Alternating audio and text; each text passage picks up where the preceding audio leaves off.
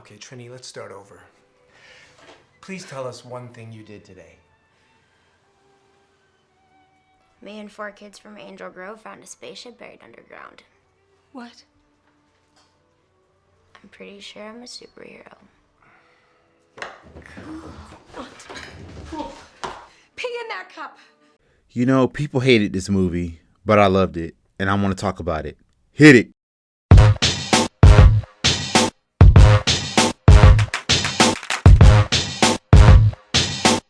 Power Rangers is a 2017 reboot of one of the most long-running franchises ever, and Power Rangers is based on another franchise, Super Sentai. The movie was released on March 24, 2017, with a runtime of over 2 hours. So spoiler alert if you haven't seen the movie yet, but judging by you being here, you either seen the movie already or don't care for spoilers. So without further ado, let's get into the movie. 65 million years ago, during the Cenozoic period, Zordon, a Red Ranger, is too injured to walk. As he collects the power coins from his dead team, he is confronted by the Green Ranger, Rita Repulsa. An asteroid slams into Earth, presumably killing them both. In present day, we're joined by Jason Scott, a football player of Angel Grove High, as he tries to pull a prank, but is caught by the police. Several weeks later, okay, that's 2 time skips already, but okay. Jason is put on house arrest, kicked off the football team, and has to attend Saturday detention for the rest of his high school career. His father scolds him. I promise you, this is not the moment to be a wise ass. You gotta come here every Saturday for the rest of the year just so you can graduate. With all these other weirdos and criminals. Now, weirdos I get, but criminals? That's kind of reaching. Anyway, we are introduced to more characters, Billy Cranston and Kimberly Hart. We will learn later on why they are in Saturday's detention. Billy was being bullied, but Jason intervenes. How old are you, 5? Hi, I'm Jason. It's my first time here. You must be the bully of detention. How dumb can you be? Yeah, that makes sense, as he slaps the bully and threatens not for the bully to sit near him or Billy again. To show his gratitude, Billy wants Jason to come to the mines with him tonight, and he will let him hold his van for a couple of hours, and to trick his house arrest bracelet. Jason finds Kimberly, and they both talk about how much they hate their own town, Angel Grove, and was thinking about leaving together until Billy causes an explosion, prompting Jason and Kimberly to investigate. It also catches the attention of 2 others, Zach Taylor and Trudy Kwan. All 5 find some coins and they are chased by security, and they presumably made it out, but they were hit by an oncoming train. Later that night, Jason's dad was on a fisherman's job and fishes out Rita's body, and she had reanimated and killed an innocent. The next day, everyone wakes up with no memory of how they got home, and there are some changes within themselves. So they all go back to the mines, and they discover that there's a spaceship deep underground. They activate the ship and meet Zordon and Alpha 5. Zordon tells them that they are the Power Rangers, warriors that protect all life. Of course, the new Rangers don't believe him, and they all leave, but Jason wants to come back to find out what's happening to them. The next day, they all show up and a training montage begins, because Rita will show up in 11 days from now to retrieve the Zeo Crystal that was buried deep within the Earth's crust. And if it were removed, all life on Earth will cease to exist. Alpha puts Billy in charge of finding the Zeo Crystal, which he does, and it was hidden up under the Krispy Kreme. As Rita regains her power, Zordon is disappointed that the Rangers couldn't morph and sends them home.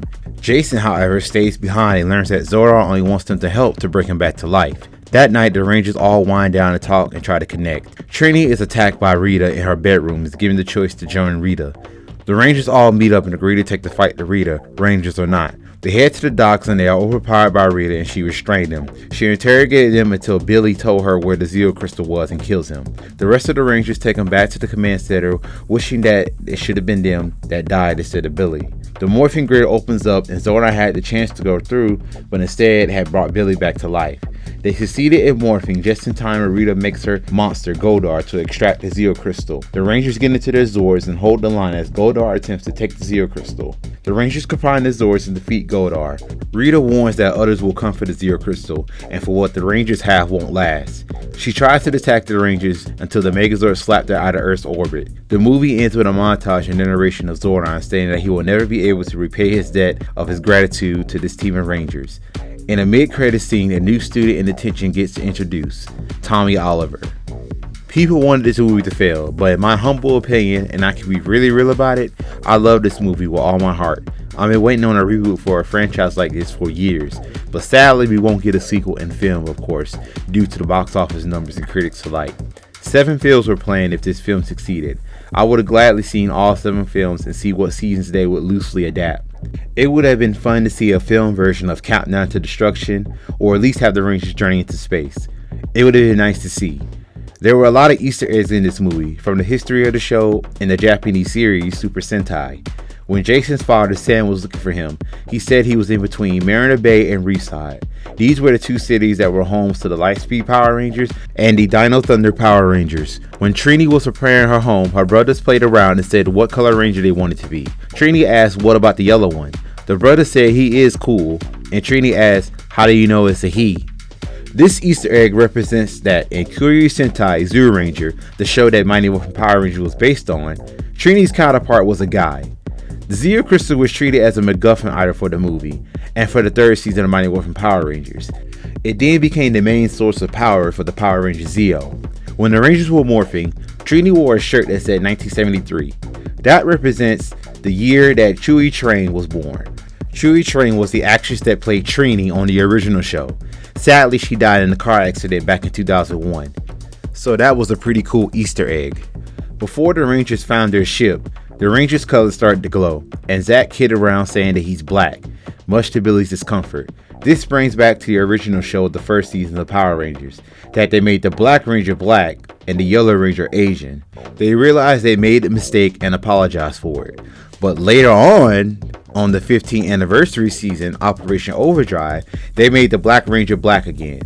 So what was their excuse this time? I'm pretty sure that's all I can see as far as Easter eggs, because I've seen the movie hundreds of times, but if there's anything that I missed, let me know in the comments of what you found. Goldar was loosely based on Rita's lackey in the television series, with no dialogue at all, just a monster of the week status, nothing more there. Rita in this incarnation was the first Green Ranger instead of Tommy. She was once Zordon's trusted friend, but Rita betrayed them, killing all the Rangers that was on Zordon's team. She was dubbed the Gold Killer by Angel Grove due to her murdering people who had gold in their mouth, minus the police cop that she first killed. Maybe he had gold on him, but it wasn't implied. I don't know. Maybe she killed him to suck the youth out of his body.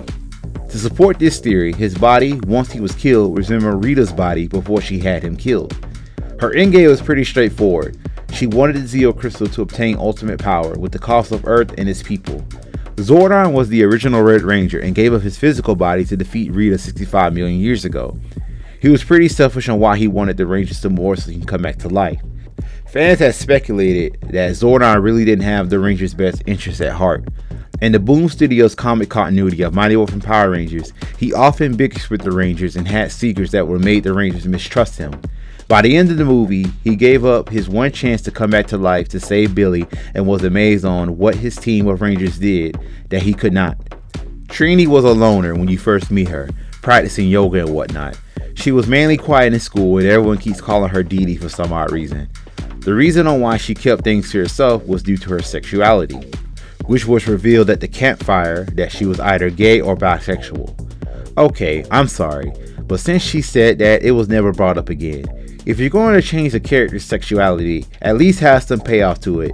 Maybe it would have been expanded in the 7 sequels that we'll never get to see, but we will never get. But I felt like it was a throwaway line, just to say that there was LGBTQ representation in the film and did nothing with it. I'm sorry, but I feel like it was a mockery to represent the LGBTQ community with just a throwaway line. That's just my opinion. Zach, from my first impression, dropped out of high school to help his mom with the bills. I wonder, was he working at the mines or whatever? His mom was sick up until the end of the movie and probably encouraged Zach to go back to school. Well, Saturday school, that is.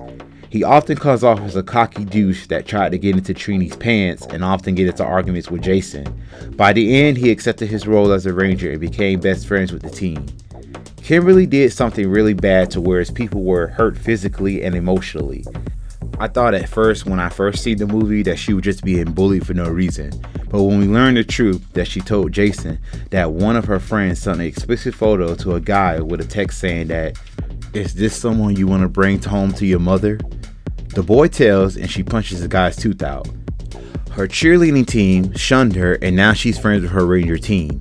Now I don't know why she cut her hair off in the movie, but by doing research, she gave herself that punk makeover due to her having an identity crisis. People now say it's lazy storytelling, and I have to agree that this was not needed at all.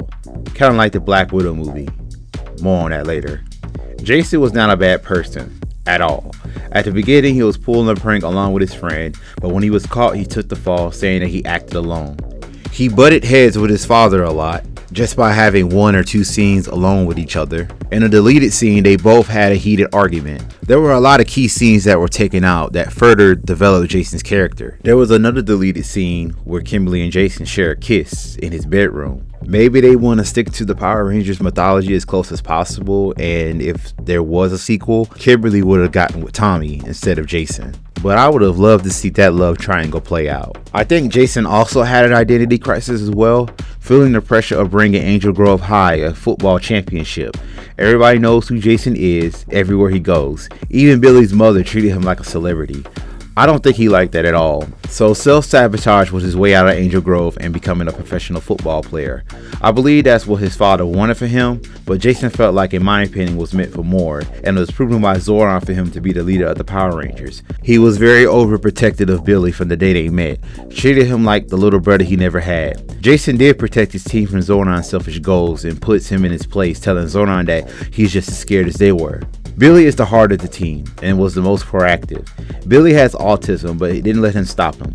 He found the power coins first. He was able to morph first by stopping a fight between Jason and Zach. He single-handedly found the Zeo crystal at the Krispy Kreme. When he died, it affected the rest of the team. Hell, even Zordon, as selfish as he was, decided to use his one chance to come back to life to bring Billy back, and the team was stronger for it. Power Rangers had a $105 million budget, and it barely made it back with a box office of $142 million. Like I said before, sequels were planned, even introducing Lord Zed and Tommy Oliver, but the box office and critics alike condemned this movie, and that's just sad.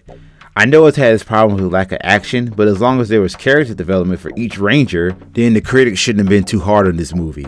But now Saban sold the rights for the second time to Hasbro, and another reboot is on the way.